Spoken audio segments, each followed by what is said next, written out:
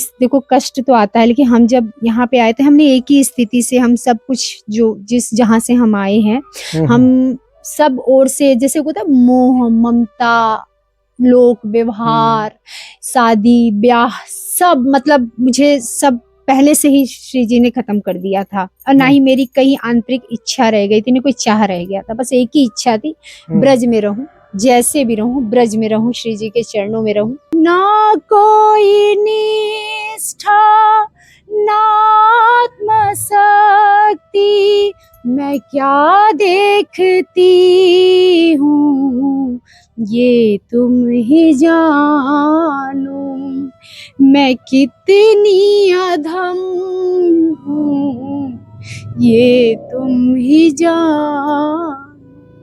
कोई नहीं जान सकता, उनके सिवा आपको कोई नहीं समझ सकता, कोई नहीं समझ सकता। संसार आपके दुख को सुन के हाँ में हाँ और हाय हाय करेगा, बस उससे ज्यादा कुछ भी नहीं। जब लोग ना फूले समाये घूमते हैं, जैसे थोड़ा सा कोई बहुत बड़ा होता है, कोई अच्छे पदवी पे होता है तो कोई बात होती है, अरे हम तो मेरे तो ये है, मेरे तो वो है। लेकिन यहाँ तो मेरी श्री जी है, यहाँ तो मेरी स्वामिनी है, यहाँ तो मेरी मालिक ये है, मेरे जीवन का भार इनके हाथों में है। तो नरक और स्वर्ग की तो चिंता ही नहीं है। पाप अपराध तुम जानो, जो भी है तुम जानो, तुम्हें जैसे रखना है वैसे रखो।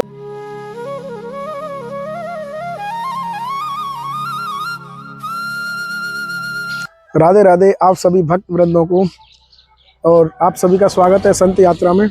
और आज बहुत ही दुर्लभ दर्शन आप सभी को होने वाले हैं हमारे साथ में। जिस साध्वी बहन के विषय में आप सभी भक्तों ने बोला था इनका एक और सत्संग होना चाहिए, उन्हीं बहन के आज मैं आपको दर्शन कराने वाला हूं। बड़ा प्रेम में, रस में और भक्ति में सत्संग आज आपको सुनने को मिलेगा श्री जी की कृपा से। तो अभी थोड़ा धूप तो खिलने लग गई है, यहाँ पे सुबह शाम ज़्यादा सर्दी रहती है। तो आइए और बहन के पास चलते हैं। उनका कोई एक पर्टिकुलर स्थान तो नहीं है, लेकिन उनको ढूंढ लेंगे और आपको अवश्य दर्शन कराऊंगा मैं संत यात्रा के साथ। आइए। श्री जी की कृपा से हम आप सभी भक्तों ने बोला था एक बार जो बहन है उनका एक बार सत्संग और होना चाहिए, तो श्री जी ने कृपा की। बड़ी मुश्किल से मैं इनको ढूंढ पाया हूँ, क्योंकि बिल्कुल एकांत स्थान पे इस समय रह रही हैं। तो दीदी बहुत धन्यवाद। राधे राधे आपको। राधे राधे राधे श्याम श्री हरिवंश भैया। मुझ पे थोड़ी सी क्या है, हम तो कुछ भी नहीं है, सब श्री जी की कृपा है। अपने आप को मैं कुछ भी नहीं मानती हूँ। आप सब ब्रजवासियों का ही सानिध्य ऐसे मिलता रहे, कृपा ऐसी बनी रहे, श्री जी अपनी शरण में रखें, ब्रज से कभी दूर ना हो, बस यही आप सबसे कृपा मांगते हैं, बाकी हमें और कुछ नहीं चाहिए। वाह, जय हो, बहुत कृपा है। तो दीदी मैं तो ये तो नहीं पूछूंगा आपको कैसे क्या रहा जीवन, वो आप बताना भी नहीं चाहती हैं, जैसा मुझे बताया वो था आपको मैं पर्सनली कभी श्री जी ने चाहा हाँ, तो मैं वो आपको खुद पर्सनली बताऊंगी। जी जी। हाँ।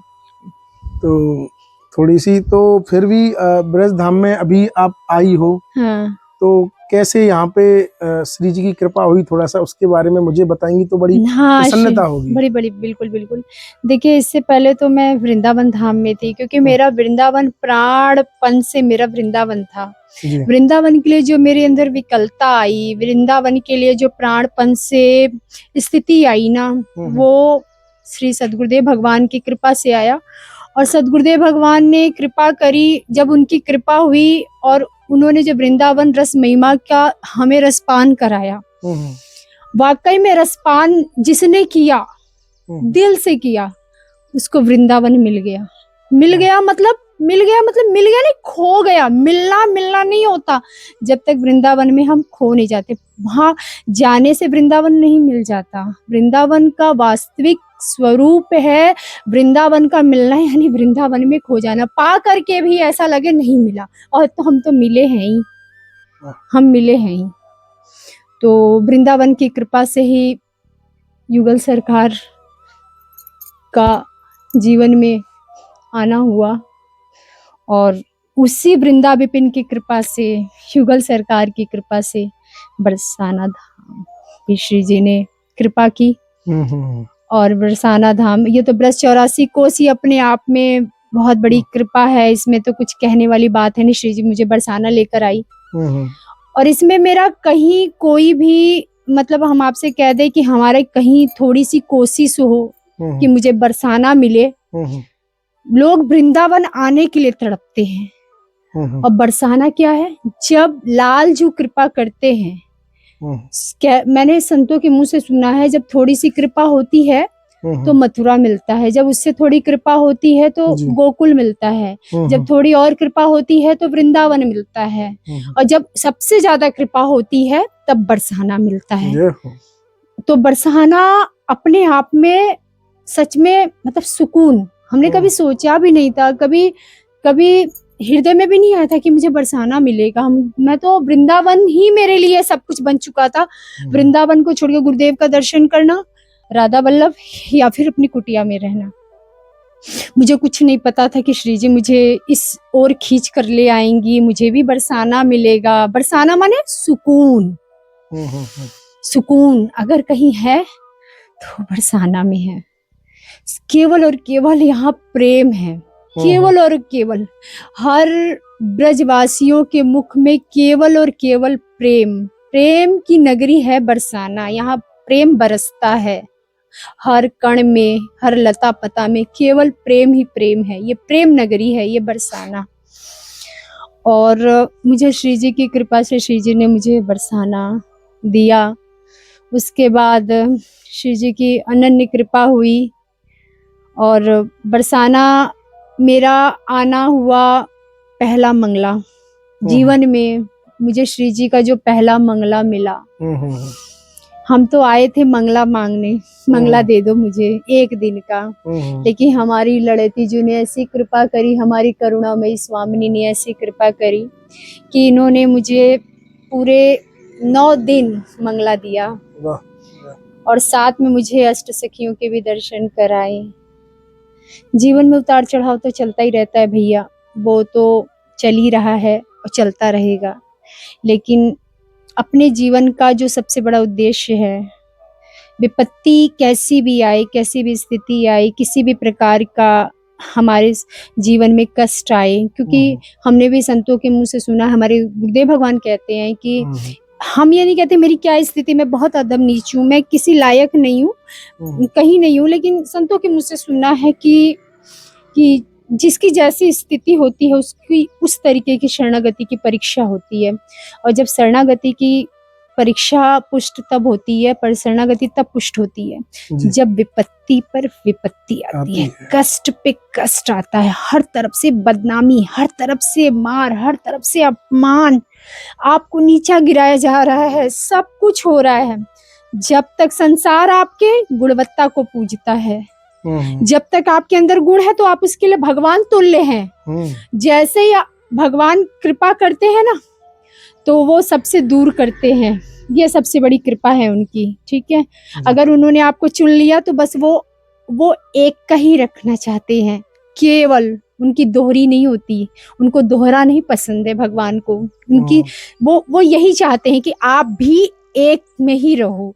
और वैसे भी हमारे प्रभु, हमारी स्वामिनी, हमारी लाडली जो एक ही है, एक ही तत्व है, सब स्वरूप में विराजमान वही हैं, और वो एक हो करके हम सब में अनेक हैं, और हम सब अनेक होकर के भी एक हैं। तो सत्य तो एक ही है, केवल श्री जी। श्री जी के सिवा कुछ भी सत्य नहीं है। भगवत प्राप्ति करना ही सबसे बड़ा उद्देश्य है इस जीवन का, और हम इसी उद्देश्य से, हम इस मार्ग से यहाँ तक श्री जी लेकर के आई हैं। और बहुत सारी चीज़ें हैं जीवन में जो घटित हुआ है और घटित हो रहा है, लेकिन फिर भी इसमें एक चीज़, इस चीज़ों से एक चीज़ का सामना हुआ कि जो आपसे स्वार्थपूर्ण प्रेम करते थे, उनकी असली पहचान हो गई। स्वार्थपूर्ण जो प्रेम होता है वो आपकी गुणवत्ता का होता है, और जो निस्वार्थ होता है, अवगुण पे भी रिझने वाली हमारी स्वामिनी है, और कोई नहीं है। संसार आपको गुणों को देखेगा, अवगुण को जो देखता है उसको निस्वार्थ प्रेम कहते हैं, और निस्वार्थ प्रेम यहाँ कोई नहीं करता। बिल्कुल, निस्वार्थ प्रेम कोई नहीं करता। और संतों की कृपा से, श्री जी की कृपा से, अपनी स्वामिनी की कृपा से, ब्रजवासियों की कृपा से इस अधम ने कभी कोई स्वार्थ नहीं रखा किसी से। धन से नहीं तो तन से, मन से, हृदय से, भाव से, वाणी से, जैसे भी हुआ श्री जी ने सेवा कराई, सब श्री जी के चरणों में समर्पित।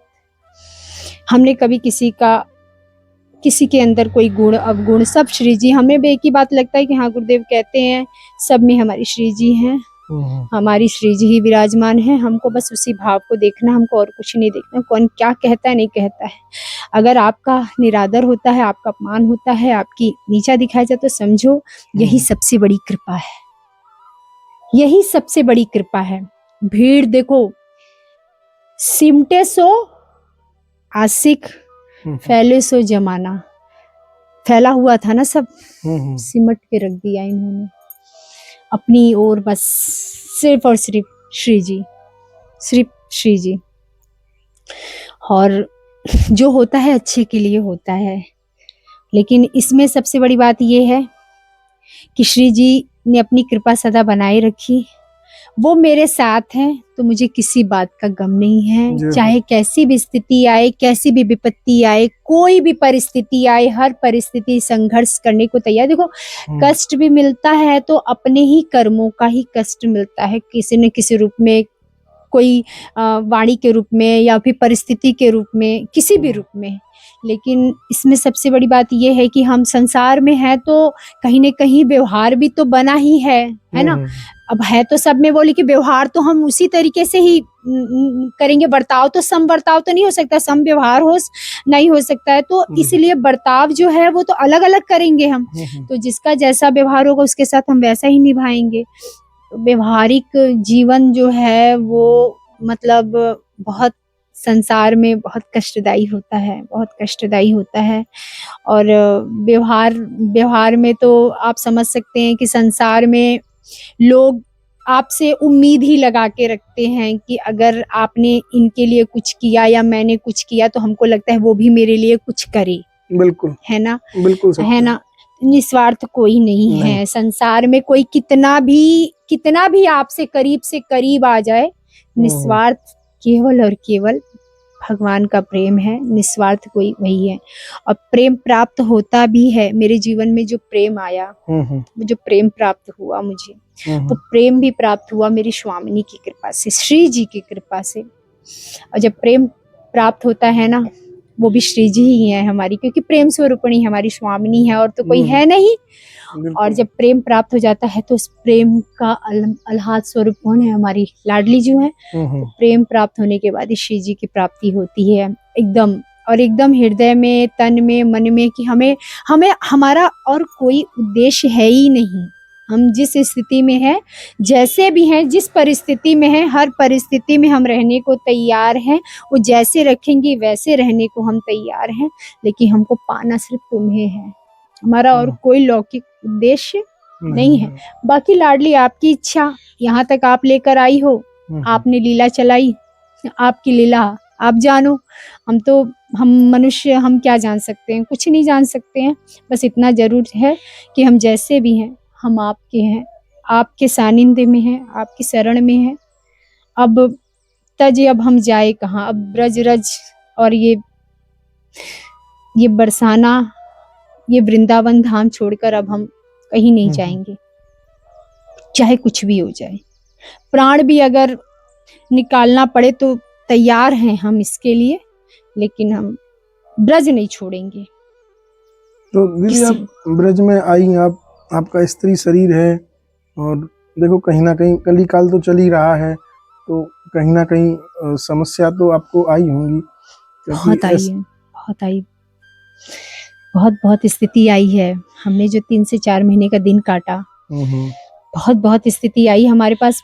पहले भी मतलब एक भैया थे, उन्होंने भी कहा था, लेकिन हमने कहा था नहीं, जब हमारी श्री जी कृपा करेंगे फिर हम सामने आएंगे। मेरी हिम्मत नहीं है कि मैं, क्योंकि अभी जिन उलझनों में मैं फंसी पड़ी हूँ उससे निकलना बहुत जरूरी है। तो बाकी हमको तो कुछ पता भी नहीं था, हम तो उस दिन अचानक ही वहाँ पहुंच गए थे श्री जी की कृपा से। और हमको पता भी नहीं था कि मतलब ऐसा भी कुछ होगा, नहीं जानती थी। इनकी इच्छा ये जाने, ये इन्हीं को कराना है। तो मतलब इस देखो कष्ट तो आता है, लेकिन हम जब यहाँ पे आए थे हमने एक ही स्थिति से हम सब कुछ जो जिस जहाँ से हम आए हैं, हम सब ओर से जैसे होता है मोह ममता, लोक व्यवहार, शादी ब्याह, सब मतलब मुझे सब पहले से ही श्री जी ने खत्म कर दिया था। और ना ही मेरी कहीं आंतरिक इच्छा रह गई थी, ना कोई चाह रह गया था। बस एक ही इच्छा थी, ब्रज में रहूं, जैसे भी रहूं ब्रज में रहूं, श्री जी के चरणों में रहूं, बस और कोई इच्छा नहीं रह गई थी। श्री जी ने उसकी कृपा करी, क्योंकि वृंदावनेश्वरी की कृपा के बिना कोई ब्रज में आ नहीं सकता।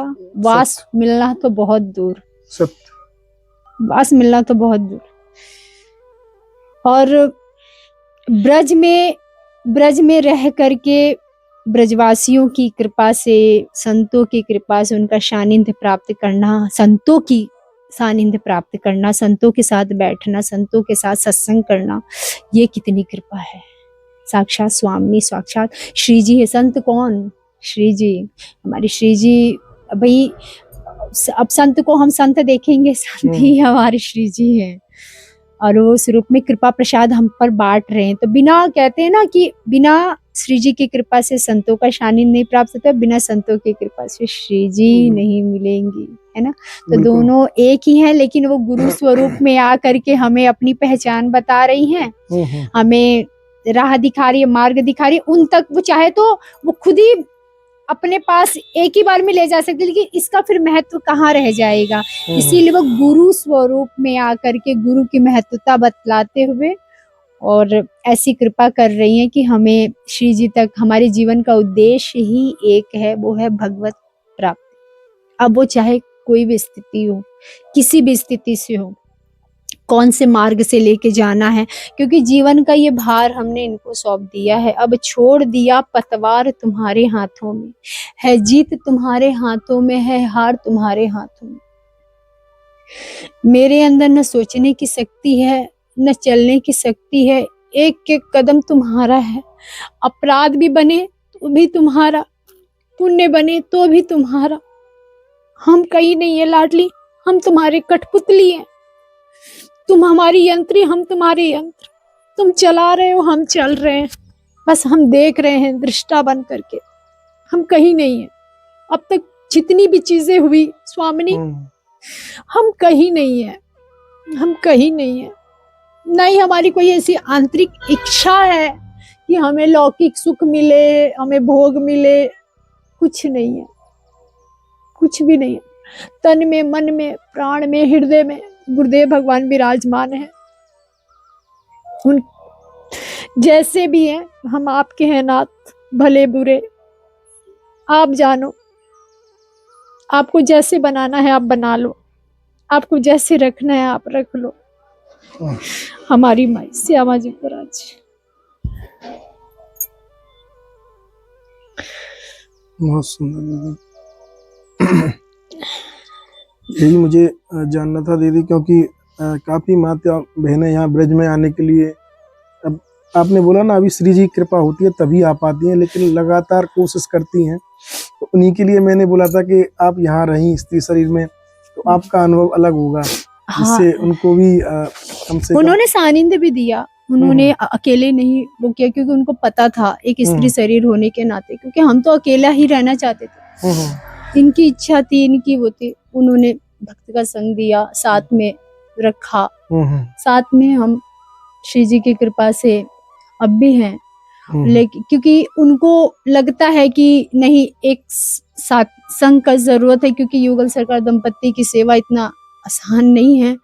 तो इनकी इच्छा है ये जैसे रखें वैसे हम रहें, लेकिन सच में बहुत बहुत कठिन होता है, बहुत कठिन होता है।